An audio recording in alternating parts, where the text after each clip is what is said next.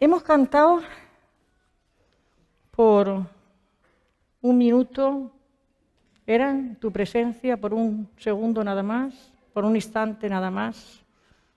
¿Qué más dice? Que cosa rara se me ha olvidado. Sí, esa parte sí, pero lo que dice antes. Por todo eso dice que es tan poco, todo daría, no importaría lo que tenga que pasar, ¿no? Lo que tenga que esperar. Ahí lo dejo, luego diré, lo dejo en el aire. Y voy a leer, porque hasta hace un rato no tenía muy claro con qué texto, sí sabía de lo que quería hablar, pero el texto a comenzar era algo que me tenía por ahí un poquito perdida. Pero después sentí orando arriba, que llegué antes y estaba orando, aunque el texto sí que lo tenía los textos que voy a compartir, tengo alguno más, no creo que los comparta todos, tal vez haga mención a alguno, pero no sabía en qué momento ubicarlo y luego me di cuenta de que tenía que ser el primero, no había lugar para otro, ¿no? En 2 de Timoteo, en el capítulo 2, que está hablando de un buen soldado de Jesucristo, de repente dice Pablo, palabra fiel es esta, la que viene ahora. Si somos muertos con Él, también viviremos con Él. Si sufrimos, también reinaremos con Él. Si le negáramos, Él también nos negará. Si fuéramos infieles, Él permanece fiel. Él no puede negarse a sí mismo. A ver, voy a jugar a los adivinos. ¿De qué quiero compartir? No. Esta tarde quiero compartir y espero que Dios me ayude a centrarme. Si tuviera que escoger una canción que dijera de qué voy a compartir y se lo hubiera pedido a Loida, tal vez lo hubiera pedido esta. Tú has sido fiel, siempre has sido fiel, dice. Me asombra tu amor y tu fidelidad, que a pesar de mí me puedas amar. Dice, siempre has sido fiel y a mi lado estás. Tus ojos de amor ven mi caminar. Eso es importante, ven mi caminar. Dice, tal vez el sol mañana no aparezca, pero puedo confiar en que tú allí estarás. Y en el firmamento se borren las estrellas, pero a tu palabra fiel seguirás. Es decir, ve mi caminar, siempre ve por dónde voy, pero además dice que Él a su palabra fiel. ¿A qué palabra fiel? A la de Dios. Siempre seguirá. En el Antiguo Testamento, cuando Dios empieza a formar un pueblo, empieza a formar un pueblo con Adán y Eva, ya sabéis. Aquellos que siempre les echamos la culpa de lo que pasó. Yo recuerdo cuando era pequeña, como daba religión, y yo pensaba, hay que ver si estos dos no hubieran metido la pata, claro, lo bien que viviríamos. No veríamos muerte. Yo, como buena española, educada en una tradición católica de pequeña, la muerte era tabú, era el fin de todo. Ya no tenías a la persona que querías, ya no ibas a estar con los tuyos. Bueno, eso era algo que me daba miedo, ¿no? Y yo recuerdo que cuando escuchaba eso, a mí se me daba bien religión, sacaba sobresaliente. Pero era una religiosa rebelde, eso también es verdad. Porque había cosas sobre la estructura que yo no entendía y siempre preguntaba el porqué de las cosas, cosa que era algo que no les hacía mucha gracia. Y luego ya decidí que iba a ser atea, hasta que, Dios en su misericordia, pues se cruzó en mi camino. Pero le echamos la culpa a Adán y Eva y cualquiera de nosotros pues habría hecho lo mismo en el Edén. No somos mejores que ellos. Dios había creado al hombre y a la mujer para vivir en esa relación con ellos. Y cuando eso se rompe, idea un plan que ya estaba ideado en el cielo, porque es que él ya sabía, son las cosas de Dios, ¿no? Pero aunque sabía lo que iba a pasar, no las cambió. No las cambió porque él no quería robots, él no quería gente que, para eso ya tenía los ángeles que lo veían. Quería gente que voluntariamente quisieran relacionarse con él. Eso es importante. Yo creo en el libre albedrío y creo porque lo que veo de Dios es eso. Si no, sencillamente nos habría molestado en hacer el mundo. para reírse de nosotros.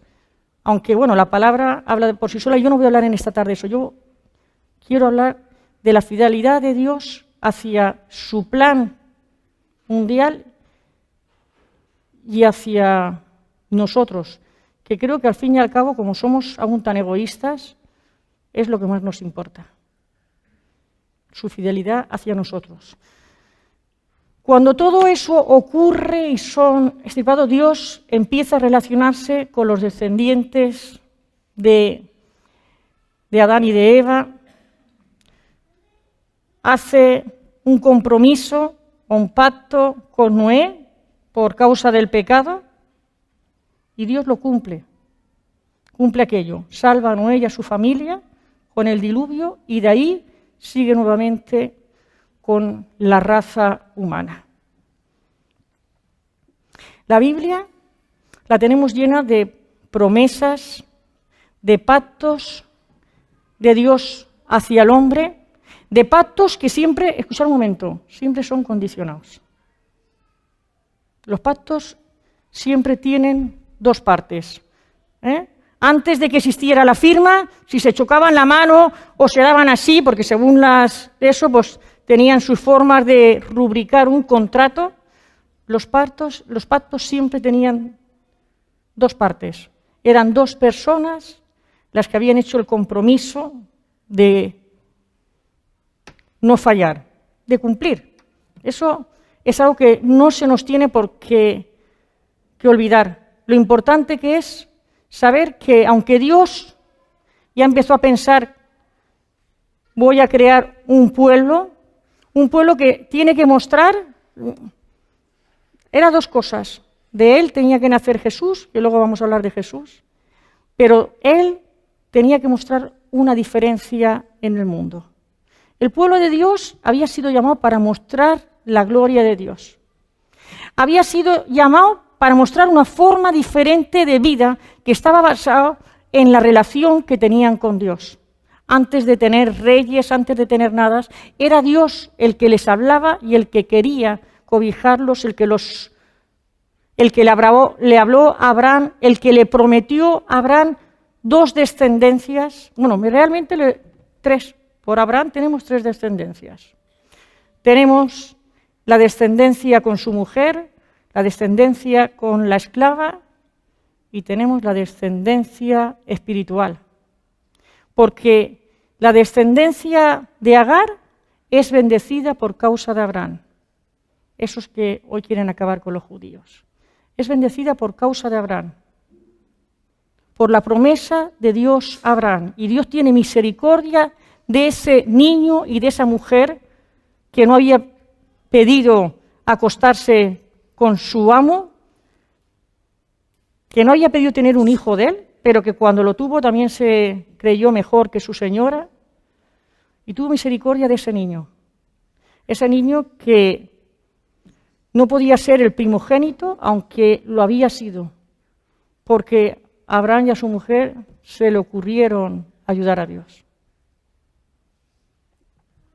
Os cuento un poco esto porque es importante que veamos que Dios dijo que iba a hacer algo y lo hace, ¿vale?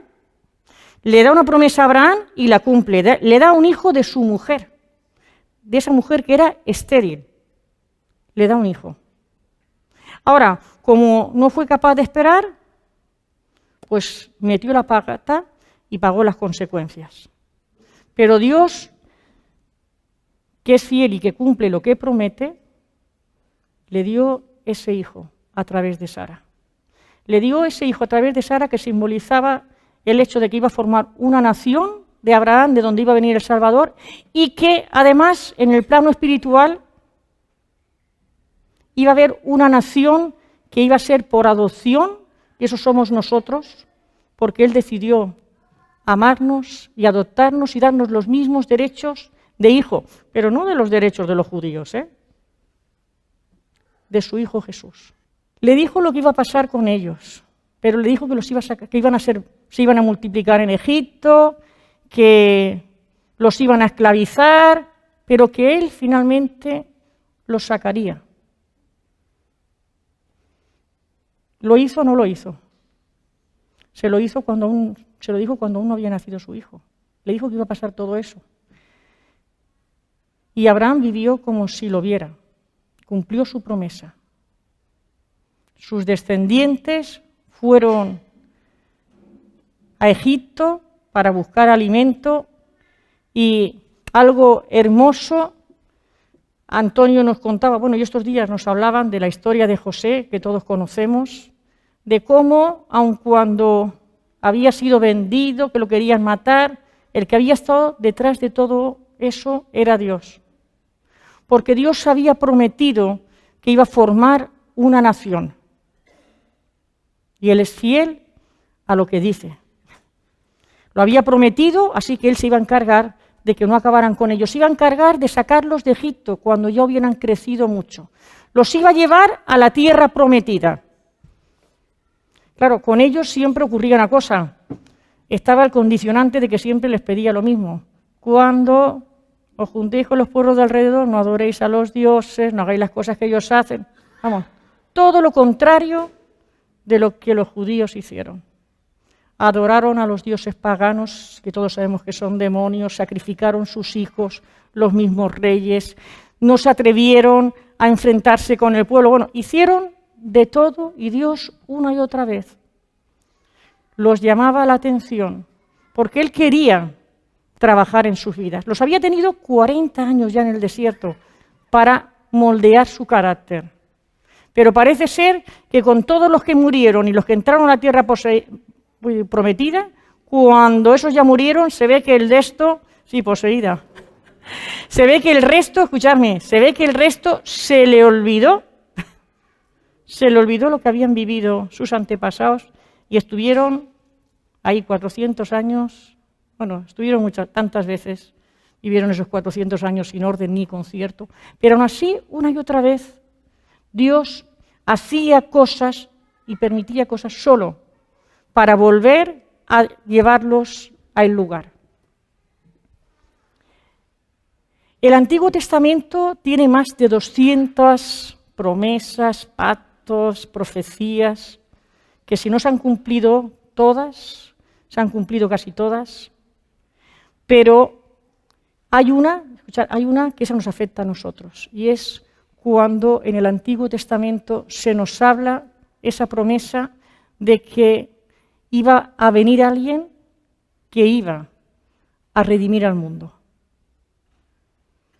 Redimir a una humanidad caída. Un pacto que Él había hecho con Abraham seguía vigente, nunca se le olvidó. Nunca se le olvidó que Él había decidido que a través de esa genealogía iba a venir Dios, Jesús, en forma de niño, para redimir a la humanidad perdida. Esa fue la promesa más maravillosa, que más muestra el amor de Dios, que más muestra, bueno, cosas que no se pueden explicar. No me he perdido, no penséis que me he perdido, Cosa rara, pero no me he perdido. Pero me gustaría de verdad en esta tarde que llegarais a comprender, y sé que eso es algo que solo puede hacer Dios. Yo llevo tantos años trabajando eso en mi vida que creo que empiezo a verlo acerca de su fidelidad en mi vida. Creo que es algo que me habéis oído hablar muchas veces, muchas, acerca de lo que Dios hace. No es algo, escuchadme, no es algo nuevo. Cuando yo digo que Dios permite las cosas para cambiarme, es algo que está en su palabra, no me lo estoy inventando yo. En el capítulo de Deuteronomio, del capítulo 8, nos habla precisamente de eso, del hecho de que estuvieron 40 años en el desierto para ser probados, para ser transformados, para saber si después de todo eso iban a ser capaces de cumplir, de guardar los mandamientos. Ya sabéis que muchos se quedaron en el desierto. Es decir, que vivimos las experiencias que nos van a formar. Pero nosotros no somos del Antiguo Testamento, aunque somos ese pueblo también espiritual. Y en Deuteronomio 7 yo quiero leeros en esta tarde algo que creo que también somos nosotros. Dice, porque tú eres pueblo santo para Jehová tu Dios. Jehová tu Dios te ha escogido para serle un pueblo especial, más que todos los pueblos que están sobre la tierra. No por ser vosotros más que todos los pueblos os ha querido Jehová y os ha escogido, pues vosotros erais el más insignificante de todos los pueblos, sino por cuanto Jehová os amó y quiso guardar el juramento que juró a vuestros padres. Os ha sacado Jehová con mano poderosa y os ha rescatado de servidumbre, de la mano de Faraón, rey de Egipto. Conoce pues que Jehová tu Dios es Dios, Dios fiel, que guarda el pacto y la misericordia a los que le aman y guardan sus mandamientos hasta 1000 generaciones. Esto no lo podemos separar de lo que acabo de compartir del capítulo 8. Es decir, no es que estos eran más bonitos o que Dios decidió darles gracia solo a estos. No es así. Los probó para formar ese carácter que tenían que tener como pueblo. Nosotros muchas veces le decimos a Dios, como hemos cantado, por un minuto en tu presencia, por un instante nada más, ¿no? Por un segundo de tu gloria, todo, a ver, ¿quién lo ha cantado eso? Levantar la mano. Todo daría. Hay gente que no se atreve a levantar la mano, ¿que no lo habéis cantado? ¿O que ahora tenéis miedo? De todas formas, quiero decir que aunque no levantéis la mano ahora, porque algunos han hecho así y han dicho, mejor la bajo.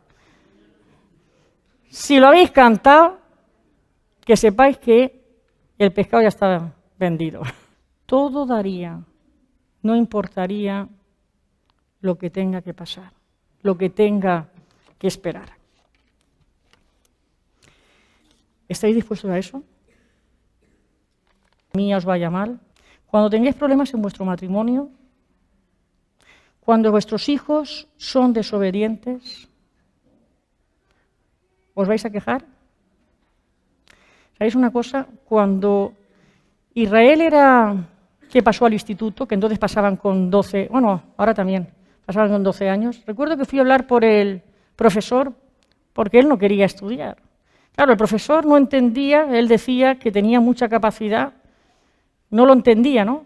Y yo recuerdo que estuve hablando con él, le di mi testimonio, y hablando con él y hablando de los jóvenes, yo no sé si Benja se acordará, yo le dije, cuando llegué a casa, sé que Dios quiere algo con los jóvenes en este pueblo. No sé cómo lo va a hacer, ni cómo, pero sé que Dios quiere algo. Yo sé que empecé, por medio de unos amigos, empecé a llevar a Israel, porque no había nada, nosotros en la iglesia éramos nosotros y había gente mayor, no había nadie más. Entonces no estaba ni Antonio, ni Loida, ni Rosa, que son de los primeros que vinieron, no había nadie. Estaba Isabel, estaba mi suegra, Antonio, Beatriz, que ya partieron con el Señor, y nosotros y ellos. Y nosotros llevábamos, yo creo que Carmen se acordará, porque me llevaba también a su hijo, a Chiribella o a Alacuás, a Exploradores del Rey. A veces Benja entraba de noche, que llegábamos de allí, de Alacuás, y él nos dejaba en casa y se iba al trabajo. Pero lo hacíamos porque queríamos que ellos tuvieran también algo para ellos. Pero bueno, la cosa con Israel, como ya sabéis, no mejoró tampoco mucho. Ni nosotros fuimos los padres perfectos, seguramente que ahora lo haríamos mucho mejor. Pero yo sé y espero que él pueda ver el propósito que Dios tenía en eso. La carga que empezó con los jóvenes fue a través de ver que mi hijo se me escapaba, que lo perdía. La cosa aún se me hizo mucho peor cuando vi que Ainhoa también se me iba. Yo lloraba, aunque no os lo creáis, yo sé que algunos se creen que no lloro nunca, pero lloraba donde tengo que llorar, que es en la presencia de mi padre y en sus brazos, que es donde más me gusta estar. Y yo le pedía que si podía ser, no tuviera que volver a pasar por lo mismo. Pensaba en mí, yo pensaba en mí. Pero bueno, yo siempre le doy gracias a Dios porque Él no me ha hecho nunca caso. Y yo siempre le he dicho, cuando te digo una barbaridad, no me hagas caso. ¿Vale? No lo hagas. Sigue, como dice tu palabra en Filipenses 1:6, aquel que comenzó la buena obra en nosotros la perfeccionará hasta el día de Jesucristo. Y esa es la parte que nos hablaría en el Nuevo Testamento de su amor y su fidelidad, porque va unido. Es más, la fidelidad y la fe van unidas también. La raíz, la misma palabra que se usa, viene a ser lo mismo, solo que cuando han traducido, pues según le iba mejor al texto, han puesto a veces fe, a veces han puesto fidelidad, pero viene a ser algo así como el hecho de creer que lo va a hacer, que lo puede hacer, es fiel, por eso es fiel, porque va a cumplir lo que ha dicho. Y Dios, cuando yo le rendí mi vida a Él dijo que iba a comenzar en mí una obra. Yo acepté voluntariamente ese pacto con Él. Escuchadme, lo acepté voluntariamente. Dios no me obligó, no me pudo entre la espada y la pared. Yo lo acepté porque ya no tenía otra cosa que probar. Esa es la realidad. Aún así, ir descubriéndolo a Él y ir conociendo que Él cumple lo que dice. Cuando pases por el fuego, ¿qué dice? Y si por las aguas, y yo estaré contigo, siempre en medio de la tormenta, en medio de todas esas cosas. No dijo que no iba a pasar por ninguna de esas cosas. Él me dijo que iba a pasar porque tengo que ser probada como el oro. Y yo le había dado permiso para que cambiara mi vida. Y además él sabe que cuando le dije sí, la segunda vez era sincera. Y una vez, como el hijo pródigo, cogí mi herencia y me la gasté. Dios sabe lo que yo lloré por eso. Me gasté mi herencia y pensé que no había perdón para mí. Pensé que había cometido el pecado imperdonable contra el Espíritu Santo, porque era lo que nos enseñaban, y era mentira. El pecado contra el Espíritu Santo no tiene nada que ver con algo que uno haga, que peque contra su cuerpo, El pecado contra el Espíritu Santo es atribuirse, o debe ser eso, atribuirse uno lo que solo es de Dios. Creo yo, porque cuando tú le quieres robar a Dios lo que es suyo, no sé si eso tiene alguna clase de perdón, pero no quiero entrar en eso, porque no quiero en esta tarde hacer que nadie me acusara a nadie. Realmente me gustaría que pudierais entender que para ver la fidelidad de Dios, nosotros debemos de conocer a Dios.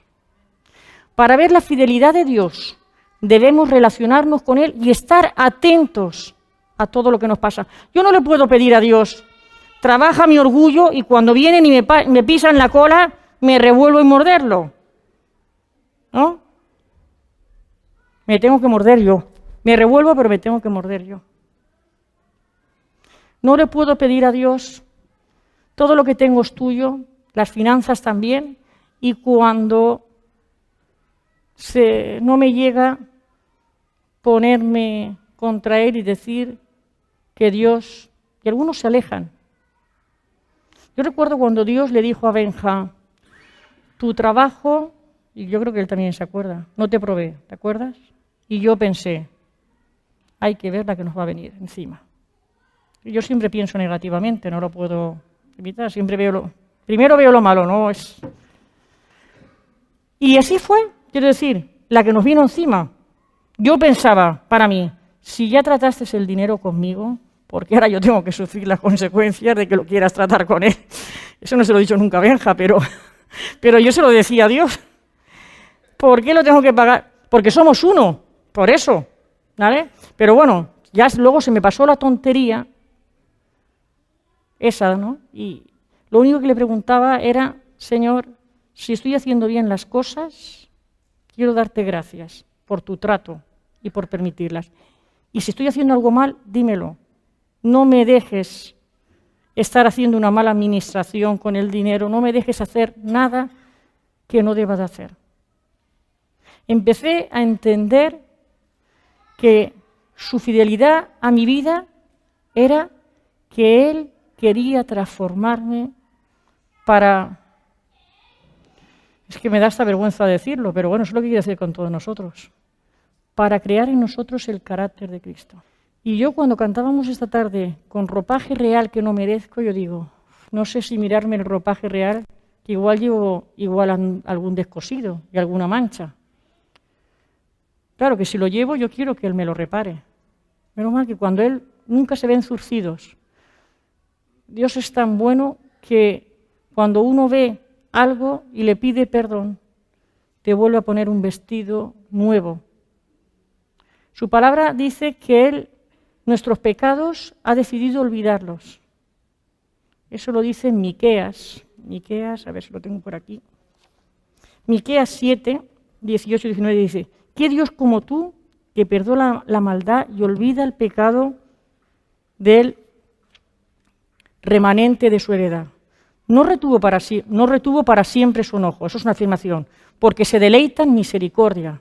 Es decir, aunque se llegue a enfadar, no tiene siempre el enojo. Lo desecha, porque su misericordia está por encima de todo lo demás. Su amor está por encima, su fidelidad está por encima. La palabra de Dios dice que Él no puede dejar de ser, como hemos leído al principio, dejar de ser lo que es. No puede negarse a sí mismo, a su condición, su naturaleza.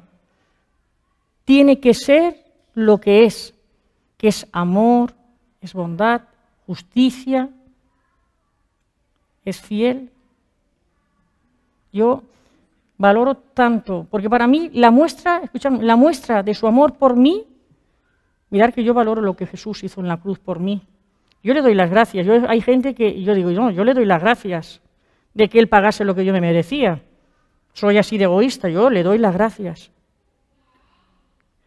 Pero su fidelidad para hacer que las cosas me exploten cuando no quiero escuchar, porque cuando no queremos escuchar, terminamos teniendo problemas. ¿Quién le ha pasado algo que ha dicho, que me ha explotado esto? Y no sé por qué. Pues porque un día a lo mejor te emocionaste y le dijiste, sí, quiero que me cambies. Y Dios te está hablando sobre que eres testarudo, que eres cabezón, que eres hipersensible, que eres mentiroso, que tienes debilidad con hombres, con mujeres, y resulta que te está hablando y hablando y hablando y hablando, y llega un momento en que se nos desborda la situación. Y se nos desborda la situación, ¿sabes por qué? Porque Dios nos ama. Fijaros si tiene misericordia con nosotros. Y como ha dicho que quiere cambiarnos, hace lo que sea para llamar nuestra atención. Siempre podrás decir sí o no. Esa será tu decisión. Yo siempre he podido decirle sí o no. De hecho, durante años estuve que no dejé que Dios tocase algo en mi corazón, una herida que había. Sabía lo que era, pero no quería que la tocara. Finalmente le tuve que dar. Yo sabía cómo iba a terminar la cosa, porque yo le había dicho sí. Por eso he comentado antes el hecho de que un día yo cogí mi herencia y me fui. Pero después había dicho, nunca más habrá nada que me separe de ti. Estoy dispuesta a lo que sea, con tal de no alejarme nunca de ti. Lo podemos hacer por miedo, por no irnos al infierno, pero no dejará de ser miedo. Y no es lo que nos dice la palabra, que dice que el perfecto amor echa fuera el temor, porque yo no tengo que tener temor al castigo. El temor tiene que ser a vivir lejos de Él. A vivir sin su presencia, a no poder disfrutar de lo que Él hace. De esa relación en la que Él te dice, que por ahí vas mal. Y lo hace por amor. Cuando te tira de la oreja, es para que mires algo que no has visto, que has pasado de largo. Cuando tienes una pelea con tu marido o con tu mujer, pues seguramente que Dios está queriendo tratar algo que tú no estás dejando que trate. No es la vida del otro, escuchadme. No penséis ahora, claro, por eso me enfado porque mi mujer tiene que cambiar. No, escuchadme, no. Porque si no, no te pelearías. Si tú no tuvieras que cambiar, no te pelearías, porque actuarías igual que Cristo. Y mientras tú no actúes como Cristo, quiere decir que ambos hay que cambiar. Eso es parte del pacto de caminar con Él. Es verdad que todos sabemos que las obras no salvan, o alguno de aquí lo cree. Pero si mi vida, que ha sido rescatada por la sangre de Jesús en la cruz, no tiene obras dignas de arrepentimiento, es decir, lo que antes hacía ya no lo hago, a lo mejor es que no me he convertido y solo me he emocionado y soy un convencido. Y es hora de que te pongas a cuentas con Dios. Porque si no te estarás perdiendo lo que Dios quiere hacer en tu vida. Pero no porque seas importante. Ha decidido pasar la eternidad con nosotros porque Él creó y quería pasar la eternidad con todos, no solo con unos pocos. Juan 3,16 nos dice, porque de tal manera amó Dios al mundo, a ver, ¿quién lo termina? Es decir, para que pasemos la eternidad con Él, ¿quién? Todos. Ahora, hay un problema, y muchas veces decimos ese texto y no decimos lo que sigue en ese texto. No todos van a ser salvos, pero no porque Dios lo haya decidido. La palabra dice que amaron más las tinieblas, no quisieron ir a la luz, no quisieron que sus obras ni su corazón fuera puesto a la luz de la verdad, a la luz de la palabra, a la luz de lo que Dios dice. Porque cuando yo me acerco a Dios, se ve mi suciedad. Y si no se ve y me veo bien, el problema que tengo es bien gordo. Escuchadme, más gordo que uno que no ha conocido a Dios. Si tú te acercas a Dios y te ves perfecto, algo pasa. O estás aquí en espíritu y ya te has muerto, o nunca has conocido. Tu orgullo no te ha dejado conocer a Dios. Así de claro, ¿eh? Tu orgullo no te ha dejado conocer a Dios.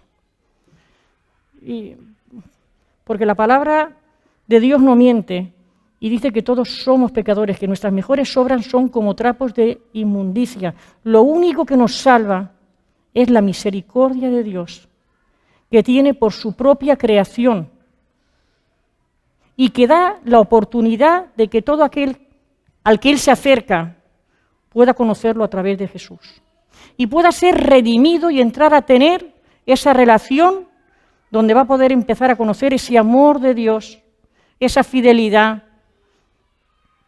eso que hace todo. Por eso, si hay algo que nosotros tendríamos que hacer cuando estamos pasando por problemas, cuando nuestro carácter explota y luego dices, pero ¿por qué no he podido contenerme? Pues seguramente que Dios lleva tiempo diciéndote, quiero arrancar eso de tu vida, hijo o hija, porque te hace daño a ti, pero además no deja que mi gloria se vea en tu vida. No deja que se vea que yo te he transformado. No deja que se vea que yo soy un Dios fiel que dijo que te iba a transformar y a darte el carácter de Cristo y no puedo hacerlo porque tú no me dejas. Cierto es que caminar con Él vale la pena. Puedo deciros que yo he vivido situaciones en las que me habría gustado desaparecer. Nunca he querido morirme. Sé que voy a pasar la eternidad con Él y nunca me ha dado por ahí. Aunque Pablo dice, ojalá me muriera, me fuera ya con Él, con Cristo estaría bien, pero yo, como lo otro no lo conozco, es verdad, quiero decir, pienso, voy a estar toda la eternidad con Él, creo que aquí aún tengo, o quiero ver cosas aún, y siempre le digo, quiero morirme con las botas puestas. Y si me tienen que matar por tu nombre, no quiero negarte. Siempre le digo eso. Quiero ser igual de fiel, o por lo menos una gota, de esa fidelidad que Él ha demostrado conmigo, que pese a lo que yo soy, Él sigue fiel a que dijo que mi vida la iba a transformar. Y con eso yo quiero dejaros en esta tarde, porque sé que a veces pasamos cosas, hay roces, hay historias, que yo a veces digo, es que no se dan cuenta que es una y otra vez, y esto perdonarme, lo mismo. ¿Y sabéis por qué es lo mismo? Porque no he aprendido, no el otro no ha aprendido, sino que yo no he dejado de ser lo que soy. Por eso la historia se repite una y otra vez. Ahora, cuando yo ya dejo de ser lo que soy, puedo empezar a ver las cosas como las miró José. Y puedo empezar a ver el plan de Dios, que pese a todo lo que le ocurrió a José, él supo que Dios había estado ahí entre bambalinas, porque tenía un plan que iba más allá de la vida de José. No se trataba de José, sino de lo que Dios quería hacer en ese pueblo. No se trataba de José. Y eso es lo mismo que nosotros vamos a experimentar cuando dejemos de mirarnos a nosotros mismos y empecemos a ver el propósito de Dios en las cosas que ocurren. Es más, vas a vivir mejor y más feliz en medio de los problemas cuando sepas que Dios está contigo y que te ama tanto. Escucha un momento, porque yo lo siento así, siempre lo he sentido así. Me ama tanto que se molesta en darme, se molesta en reñirme, se molesta en que me explote finalmente si no atiendo, porque más de una vez me ha explotado. Pero yo le doy gracias porque sé que es porque me ama y quiere que lo vea. Y como las otras veces no he dicho que sí, llega un momento en que es la última en la que tengo que decir sí o no. Pero como quiero poder disfrutar de esa fidelidad, yo quiero que lo siga haciendo. Y voy a leeros una que a lo mejor podría estar sacada de Isaías 43, que dice: puede oscurecer, puede ser rodeado de lo que nunca esperé, estar en la neblina de un gran dolor. ¿Quién en medio de algo que te duele mucho, cuando te han herido, puede ver las cosas bien? No las ves. Y pensar que no hay salida para mí, pero hay una verdad que nunca me dejará desfallecer, y aunque yo no lo deba merecer, me sostiene. Dice: Dios ha sido fiel, Dios ha sido fiel. Su fidelidad nunca acabará, permanecerá, siempre crecerá. Él ha sido fiel y por siempre lo será. Dice: aunque mi vida haya duda, en plena noche oscura, Él extiende sus brazos de amor, y estando en la tormenta, su mirada me alienta y otra vez me deja ver que ha sido fiel. Yo no sé cuántos de vosotros ha experimentado eso. Pensar que no sabe por dónde tirar y lo ves todo negro. Pero en ese momento parece que se hacen palpables los brazos de papá y, bueno, a mí me gustaría quedarme ahí, La verdad es que ya de ahí no me gustaría irme. Y ves que te sostiene y de repente, cuando sales de ahí, tienes fuerzas para soportar lo que sea y ya sabes cómo tienes que actuar. Es decir, que estar con papá, aun sin palabras, nos transforma, nos cambia, nos limpia, nos santifica, todo. Que Dios os bendiga.